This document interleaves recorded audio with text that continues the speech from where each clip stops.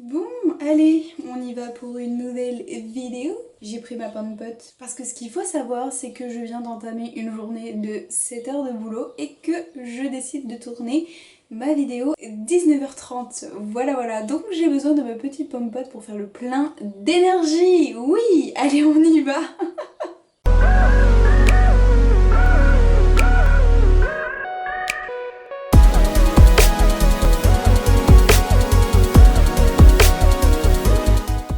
Bonjour à tous mes anges, j'espère que vous allez bien, je suis ravie de vous retrouver pour cette nouvelle vidéo et aujourd'hui c'est un petit peu une vidéo au retour des face cam.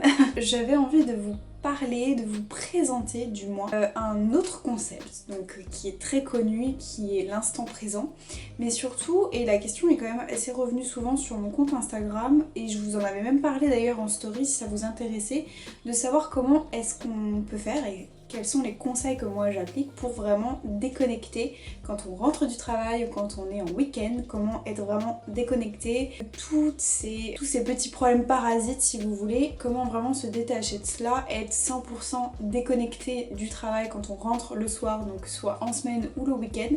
Qu'est-ce que moi je mets en place, puis je vais surtout vous partager un petit peu mon expérience du moment, voilà. Et aussi quels sont les conseils qu'on peut mettre en place pour se libérer de tous les petits tracas du quotidien et on ramène ça généralement le soir. Alors avant de vous donner d'abord mes conseils, les 3 conseils que j'ai retenus pour vraiment déconnecter, je voulais d'abord vous faire part un petit peu de mon expérience parce que donc je rappelle, pour ceux qui ne me suivraient pas sur Instagram et qui arriveraient pour la première fois sur cette vidéo et sur ma chaîne YouTube, je suis en stage de clerc de notaire, donc voilà, en train de passer et je vais bientôt avoir mon diplôme, je l'espère. À côté de ça, je travaille aussi sur les réseaux sociaux, je suis entrepreneuse ou à le devenir, je suis en train de devenir entrepreneuse sur les réseaux sociaux. Toute la journée de 9h jusqu'à 18h je suis donc clerc de notaire. Quand je rentre le soir, et ben je travaille pour les réseaux sociaux, donc sur Instagram, mes podcasts, ma chaîne YouTube, etc. Donc j'alimente beaucoup de contenu et il y a beaucoup de travail aussi derrière, mais bon j'ai fait plein de vidéos sur ce sujet là donc je vais pas m'étendre. Je vous invite à aller fouiller et à dénicher les petites vidéos déjà que j'ai fait sur ce sujet là. Donc 2 week-ends où je pars en vadrouille, je vais à la mer, etc.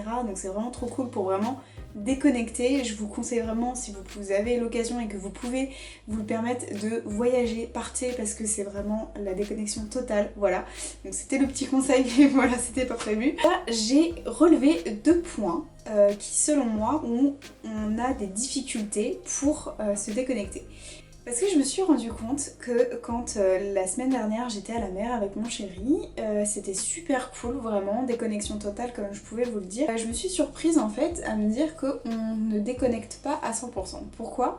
Parce que dans le week-end, etc., je me suis surprise à dire à mon copain, en fait je t'ai pas raconté, cette semaine il s'est passé ci, il s'est passé ça, etc. Chaque fois on remet sur le tapis quelque chose qui s'est passé sur le travail, le week-end, enfin là j'étais à la mer, on a autre chose à penser que le travail ou ce qui s'est passé puisque par principe ça s'est passé donc ça n'a plus d'être donc voilà c'est du passé. À la deuxième je dirais difficulté et le deuxième point en fait où je trouve qu'on a du mal à déconnecter, c'est que on a toujours, et ça c'est notre esprit, c'est notre cerveau, il va tout le temps nous ramener en mémoire des ondes négatives, des petits soucis tracas qu'on a vécu dans la semaine. Au lieu de regarder ce que j'avais vraiment en face de moi, c'est-à-dire la mer, et ben je pensais à mes soucis, c'est-à-dire que je regardais la mer puis j'étais là, je faisais oh là là, je rêverais de vivre ici, j'aimerais passer du temps ici, ou alors putain mais quelle vie que je suis en train de passer, mon stage me plaît pas du tout et qu'est-ce que je peux faire et j'ai envie de rester là. Mélanger un petit peu tout cela où le soir on arrive, on a dépensé du travail, où ça s'est mal passé, il y a quelque chose, on s'est pris des critiques, on s'est pris des remarques et puis on ajoute à cela qu'on va nourrir tout cela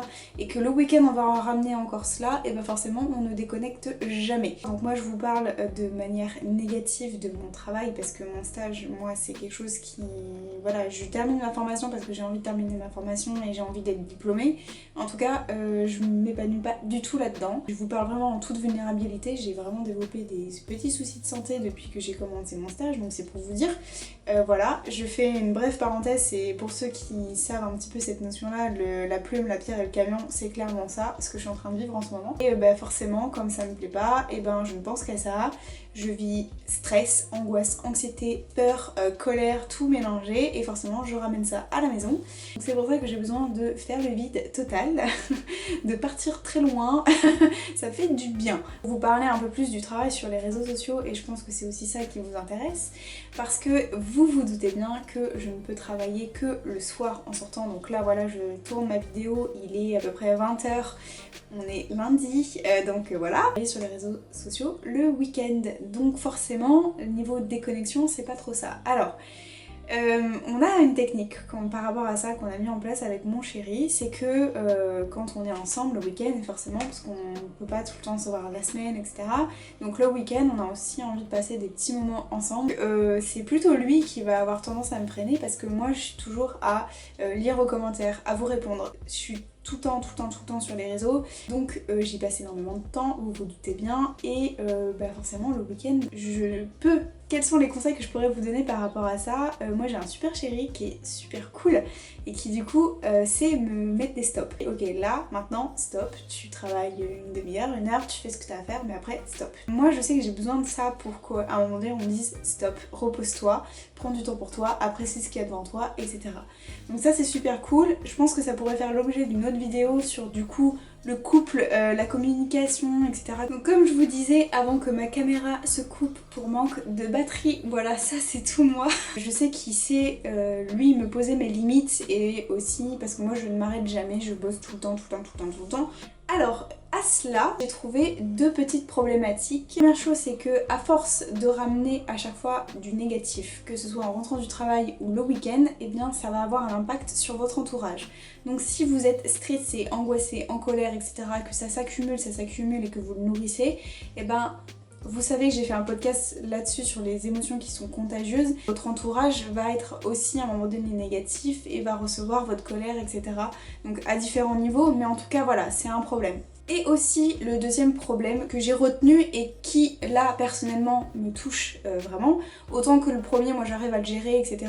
et je vais vous donner mes conseils de comment justement ne pas rejeter sa colère, etc. à l'entourage, autant que le deuxième moi me concerne beaucoup plus particulièrement parce que en fait à garder en soi le stress, l'anxiété, la colère, etc. et toutes ces ondes négatives, et ben ça a un impact sur nous-mêmes. On va en fait se créer nos propres maladies et nos propres problèmes. Et ça c'est ce qui m'arrive en ce moment parce que de par mon stage j'ai d'énormes petits soucis, enfin d'énormes, c'est un bien grand mot, j'ai des petits soucis de santé. Donc j'ai développé un œdème à l'œil, j'ai des plaques sur les bras, ça je vous en avais parlé du coup sur ma vidéo précédente de ma morning beauté où j'ai un petit peu d'eczéma sur les bras, et j'ai d'autres soucis aussi un peu niveau gynécologique, etc. En fait cette vidéo elle est aussi bonne pour moi je crois, parce que les conseils que je vais vous donner c'est ce que j'applique en ce moment, voilà tout simplement. Alors justement, quels sont les conseils que je pourrais vous donner pour vraiment déconnecter et être focus dans l'instant présent? Donc j'en ai retenu 3. Alors le premier conseil, ça va être d'extérioriser. Alors oui, ça c'est un conseil que je donne très souvent, je reconnais, mais c'est le plus efficace. Donc qu'est-ce que j'entends par extérioriser? Donc je vais vous donner un exemple que moi j'utilise et que je mets en pratique. Avec mon chéri, ce que l'on fait, c'est que soit en sortant du travail, le week-end, donc peu importe, en fait ce qu'on fait c'est que on se dit ok vas-y raconte-moi ta journée, tes tracas, ce qui n'a pas été, les critiques que tu as reçues, etc. Donc on pose tout un petit peu à plat, sans jugement, on s'écoute l'un et l'autre et puis au bout d'un moment on dit ok bon bah c'est bon. Hop, on referme un petit peu le livre des tracas si vous voulez, on ferme et on laisse de côté et on passe à autre chose et on fait autre chose. Maintenant si vous n'avez pas la possibilité d'extérioriser avec quelqu'un, de parler avec quelqu'un, et ben l'écriture. Voilà, encore une fois on en arrive à l'écriture. Alors j'ai fait un tout petit disclaimer par rapport à ça. Ce conseil que je vous donne, c'est pas, faut pas le prendre dans le sens où c'est une émotion négative qu'on reçoit et qu'il faut qu'on fuit. Non, on ne fuit pas du tout les émotions négatives. Le conseil que je vous donne, c'est pas de fuir une situation négative ou quoi. C'est le but, c'est d'extérioriser, de lâcher prise. En fait, c'est vraiment un travail de lâcher prise. On en parle, on lâche prise et on passe à autre chose. Voilà. En fait, plus vous allez répéter l'exercice, plus en fait vous allez voir que vous allez prendre les choses avec beaucoup plus de légèreté. Pas de fuir la négativité, de fuir les émotions négatives encore une fois. Si jamais en faisant l'exercice d'extérioriser, soit en parlant, soit en l'écrivant, ça ne passe pas, vous sentez qu'il y a quelque chose qui vous dérange encore, et ben vous répétez. Et plus vous allez répéter l'exercice, plus vous allez voir que vous allez lâcher prise plus vite et que ça va passer beaucoup plus vite et que vous serez beaucoup plus dans l'instant présent. Le deuxième conseil aussi que je pourrais du coup vous donner, c'est de faire quelque chose de positif. Donc faites des choses qui vous rendent positif, donc du sport, écouter de la musique, diffuser des huiles essentielles, faire du yoga, de la peinture, enfin ce que vous voulez, faites quelque chose de positif. Plus vous allez faire des choses positives en fait, et plus vous allez être vraiment concentré et focus dans l'instant présent. Plus vous allez faire quelque chose que vous aimez, qui vous prend aux tripes là, voilà, quelque chose qui vous plaît, et plus vous verrez que vous serez dans l'instant présent. Croyez-moi, de mon expérience en tout cas. Et le sous-conseil que je pourrais vous donner par rapport à ça et que moi j'applique en ce moment, c'est fixez-vous des petites tâches, par exemple 15 minutes ou 20 minutes, en style de récompense. Je m'explique. Si vous faites une journée de travail, par exemple moi, ma journée de stage qui ne me plaît pas forcément, ce que je fais, eh ben, je me donne une petite récompense à la fin de la journée en me disant bah, je vais faire ça et ça va être pour moi et ça va être cool. Donc par exemple moi en ce moment c'est typiquement bah, j'accorde du temps pour développer mes projets professionnels autres que Claire de Notaire. Vous voyez ça comme une petite récompense si vous voulez, voilà. Et enfin, le dernier conseil que je pourrais vous donner, le troisième conseil que je pourrais vous donner, alors c'est un conseil qui sera plus à appliquer dans les moments de coup de chauffe, coup de stress, coup d'anxiété, coup de peur, coup de colère, enfin voyez. Donc le conseil que je pourrais vous donner c'est de vous mettre sur pause. Moi ça m'est arrivé, je suis à la mer, j'ai la mer en face de moi, puis d'un seul coup j'ai une pensée, une critique, un truc qui me revient à l'esprit, etc.